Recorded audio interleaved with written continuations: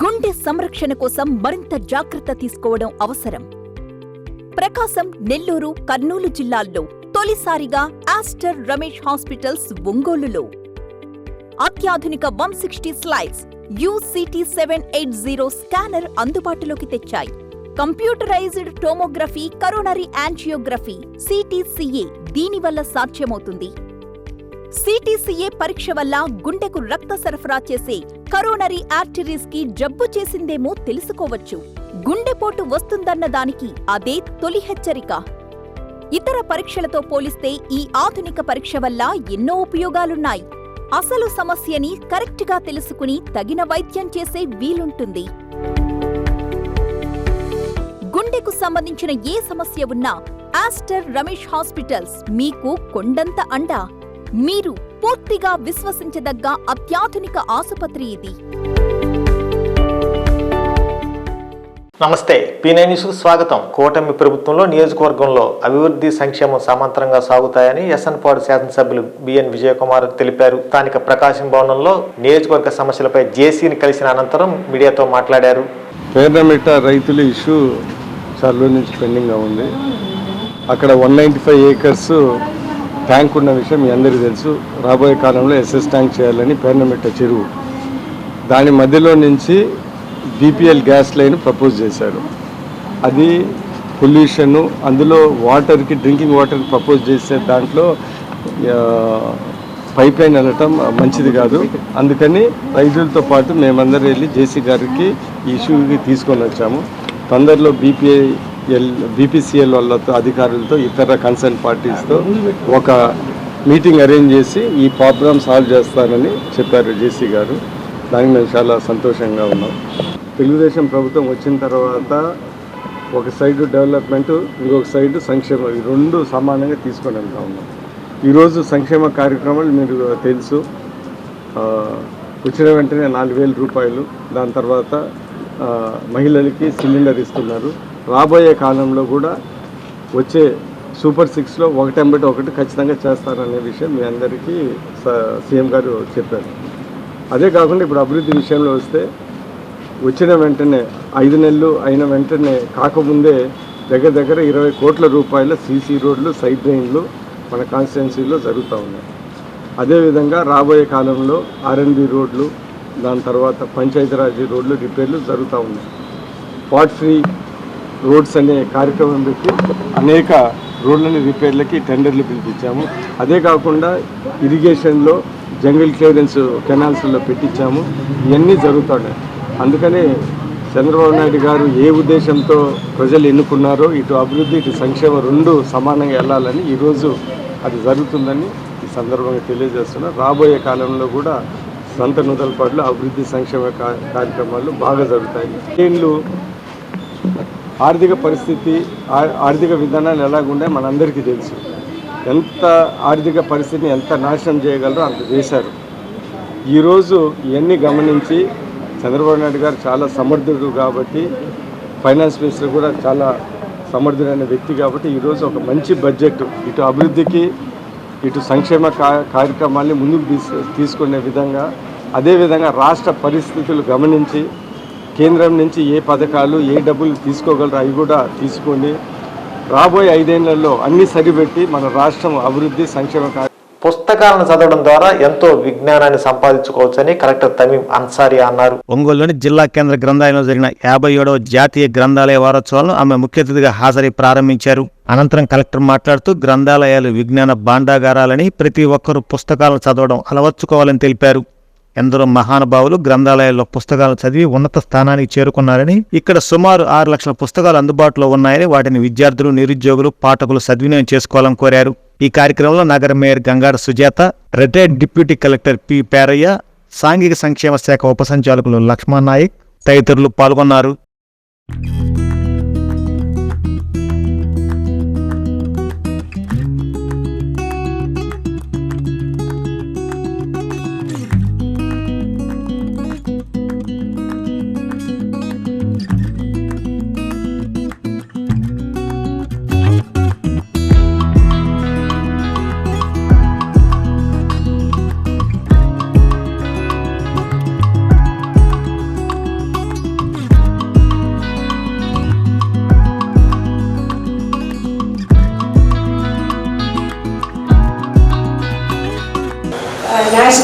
Children's day శుభాకాంక్షలు తెలియజేస్తున్నాను. ఇప్పుడే మనం కలెక్టరేట్లో 2 hours మేడం మేయర్ మేడం కూడా అక్కడ వచ్చారు.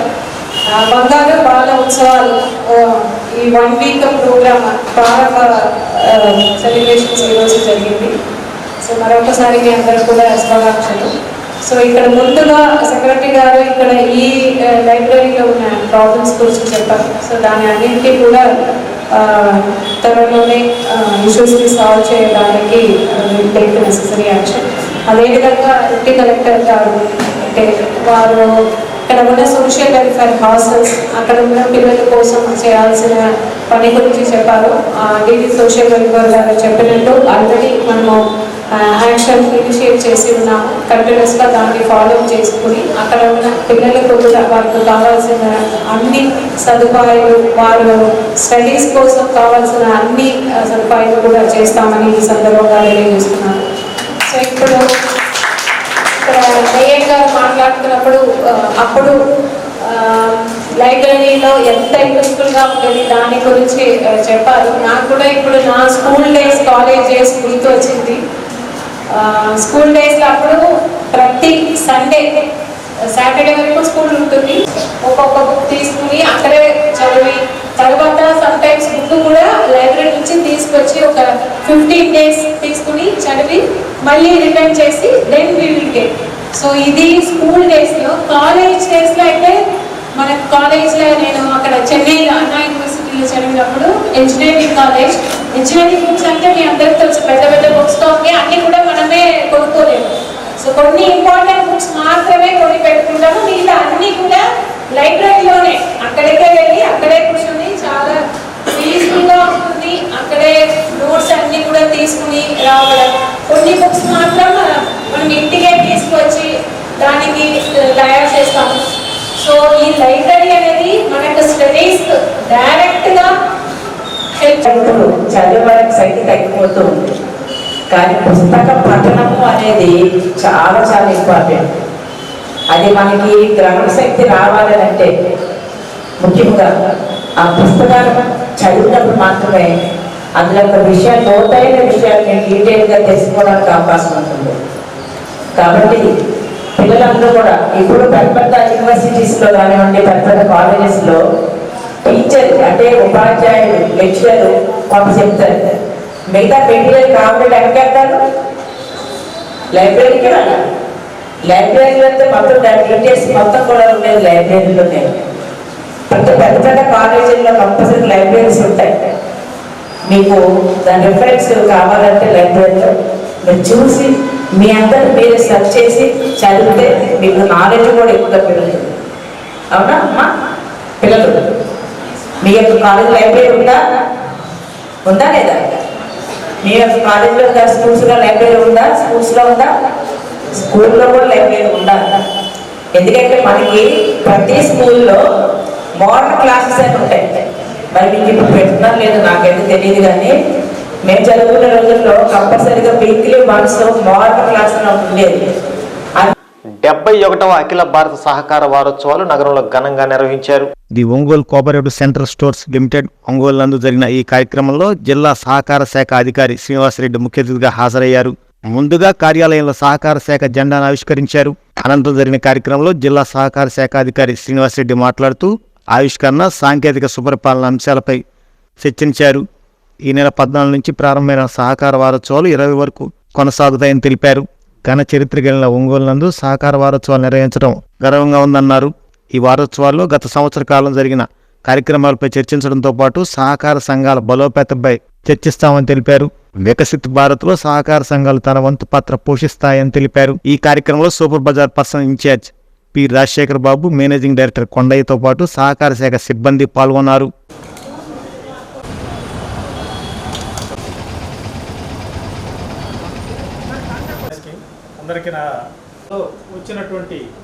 సహకార వారోత్సవాల ముఖ్య ఉద్దేశం సంఘాలు గత సంవత్సరం మనం ఏం చేశాము, ఈ సభ్యులకు మరింత సేవలు చేయడానికి మనం ఏం చేయాలి, నెక్స్ట్ ఇయర్కి ఎటువంటి యాక్షన్ ప్లాన్తో మనం ముందుకు వెళ్ళాలి, ఇంకెవరైనా సలహాలు సూచనలు ఇస్తే వాటిని స్వీకరించి వీటిని ముందుకు తీసుకెళ్లాలనే ఉద్దేశంతో సహకార వారోత్సవాలు పెట్టడం జరిగింది. ఇవి NCA national cooperative union of India, మన స్టేట్లో వచ్చే ఆంధ్రప్రదేశ్ స్టేట్ కోఆపరేటివ్ యూనియన్లో ఆధ్వర్యంలో జరిగేటువంటి కార్యక్రమాలు. ఈ కార్యక్రమాల్లో భాగంగా ఇక్కడ కార్యక్రమం జరగడం సంతోషం.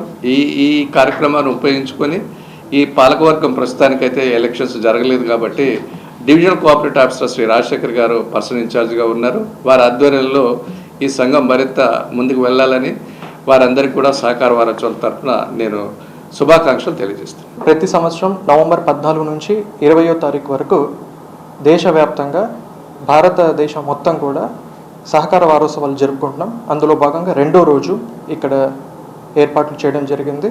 మొత్తం సింహావలోకనం, ఆత్మావలోకనం, గత సంవత్సర కాలంలో ఏమేమి డెవలప్మెంట్స్ జరిగాయి, ఏమేమి యాక్టివిటీస్ జరిగాయని వాటిని డిస్కస్ చేయడంతో పాటు రాబో ఒక సంవత్సరం కాలానికి ఒక రోడ్ మ్యాప్ వేసుకొని డెవలప్మెంట్ యాక్టివిటీస్లో ఇండిల్ చెప్పడం కోసం ఈ యొక్క కార్యక్రమాన్ని ఏర్పాటు చేయడం జరిగింది. భారతదేశం వ్యాప్తంగా వికసిత్ భారత్ సాధ్యంలో సహకార సంఘాల పాత్ర ఏంటనేది ఈ సంవత్సరం యొక్క ప్రధానమైన థీమ్ జరిగింది. 2047కి భారత ప్రభుత్వం భారతదేశాన్ని అభివృద్ధి చెందిన దేశంగా ఉంచడం. కార్తీక మాసంలో వచ్చే పౌర్ణమి పరమ పవిత్రమైన రోజు. ఈ రోజు వెలిగించే కార్తీక జ్యోతులు, సముద్ర స్నానాలు, శివాభిషేకాలు, ఉపవాసం శివునికి ప్రీతికరమైనదిగా భావిస్తారు.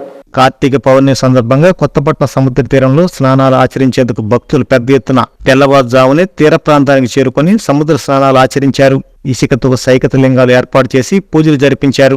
సముద్రానికి గంగా హారతులిచ్చారు. శివనామస్మరణతో సముద్ర స్నానాలు ఆచరించారు. పెద్ద ఎత్తున తరలి వచ్చిన భక్తులను ఎటువంటి అవాంఛనీయ సంఘటనలు జరగకుండా Ongole 2 town CI Meda Srinivasarao, 2 town SI Nancharla, Kothapatnam SI Vemula Sudhakar, marine పోలీసులు బందోబస్తును ఏర్పాటు చేశారు. నమః శివాయ, ఓం నమః శివాయ, ఓం నమః శివాయ, ఓం నమః శివాయ.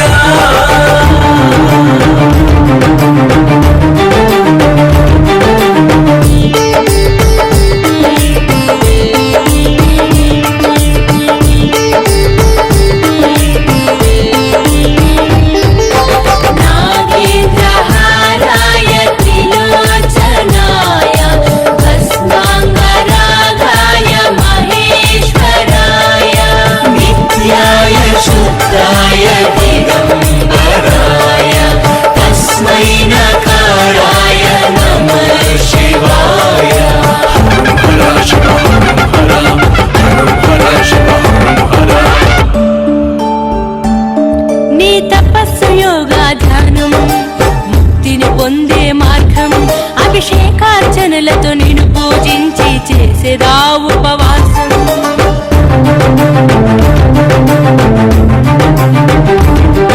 ఆ రుద్ర జన్మ నక్షత్రం అత్యంత మహాపవిత్రం.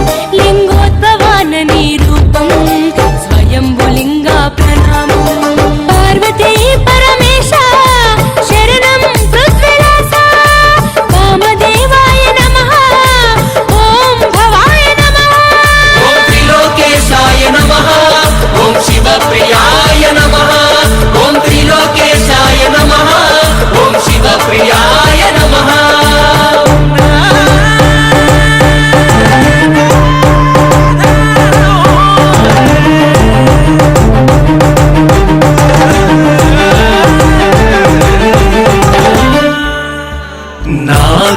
నాగేంద్రహారాయ త్రిలోకనాయ భస్మాంగరాగాయ మహేశ్వరాయ నిత్యాయ శుద్ధాయ దిగంబరాయ తస్మై నకారాయ నమః శివాయ.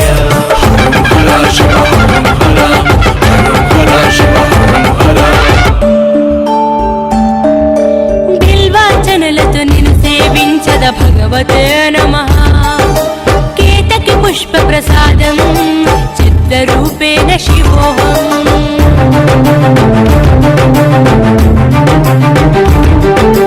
భోలా శంకర కోపం దిగమింగి నన్ను రక్షించు. కామధేనువుకు వసగిన మోక్షం నాకు అందించు. ఆది దేవతల పూజార్హుడా గిరి ప్రియాయ నమః. ఓం హరాయ నమః, ఓం శివాయ నమః, ఓం త్రిలోకేశాయ నమః,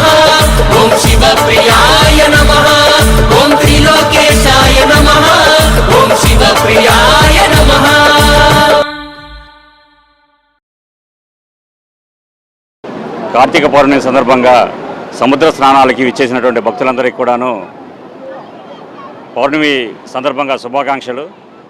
ఇది మన హిందువుల పండుగల్లో ఉన్నటువంటి అతి ముఖ్యమైన పండుగలు ఇదొకటి. ఇలాంటి పవిత్ర దినాలని చాలా ప్రశాంతంగా భక్తి శ్రద్ధలతో చేసుకోవాలని చెప్పి కోరుకుంటా ఉన్నాం.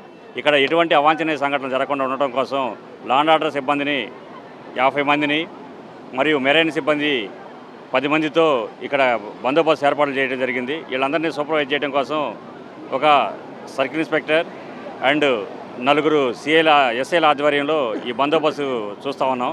మిగిలిన సిబ్బంది అంతా కూడాను వివిధ కేటగిరీలో ఉండేవాళ్ళు ఉన్నారు. అలానే భక్తులు కూడా ఎటువంటి అవాంఛనీయ సంఘటనలు జరగకుండా ఉండడం కోసం ట్రాఫిక్ రెగ్యులైజేషన్ చేసుకోవడమే కాకుండా వాళ్ళకి ఎప్పటికప్పుడు హెచ్చరికలు జారీ చేసుకోవడం కోసం చేస్తూ అడ్రసింగ్ సిస్టమ్ కూడా ఇవ్వడం జరిగింది.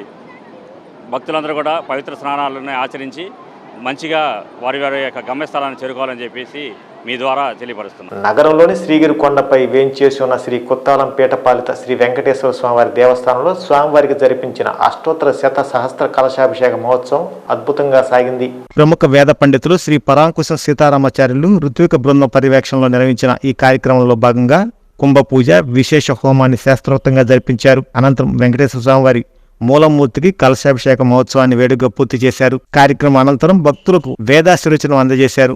భక్తులు అధిక సంఖ్యలో పాల్గొని స్వామివారి మూలమూర్తికి జరిపించిన అష్టోత్తర శత సహస్ర కలశాభిషేకాన్ని కన్నులారా తిలకించి తరించారు. ఈ కార్యక్రమంలో ధర్మకర్త మండలి చైర్పర్సన్ ఆలూరి ఝాన్సీరాణి, కార్యనిర్వహణ ధర్మకర్త సివి రామకృష్ణారావు, ధర్మకర్తలు ఆలూరి వెంకటేశ్వరరావు, ఆలూరి లక్ష్మీకుమారి తదితరులు పాల్గొన్నారు.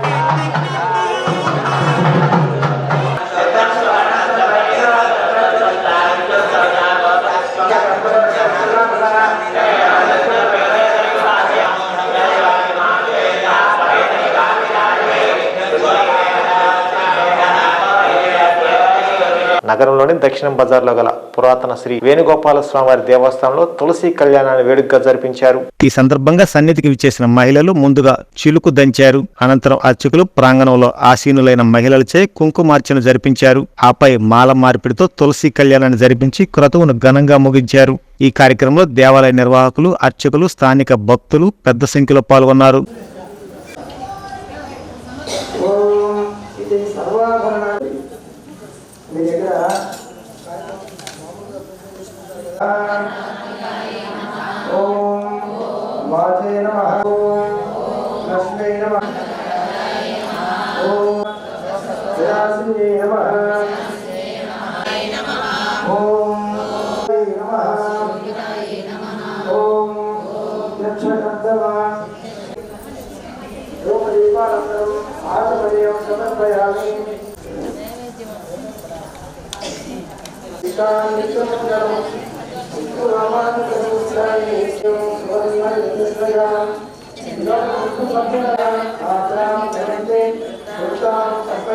మనసు గెలిచెనే మాగలిసి కామునేసి మనసు గెలిచెనే తులసి వనమటాని జన్మస్థలమట తులసి వనమట. ఈ వార్తతో సమాప్తం.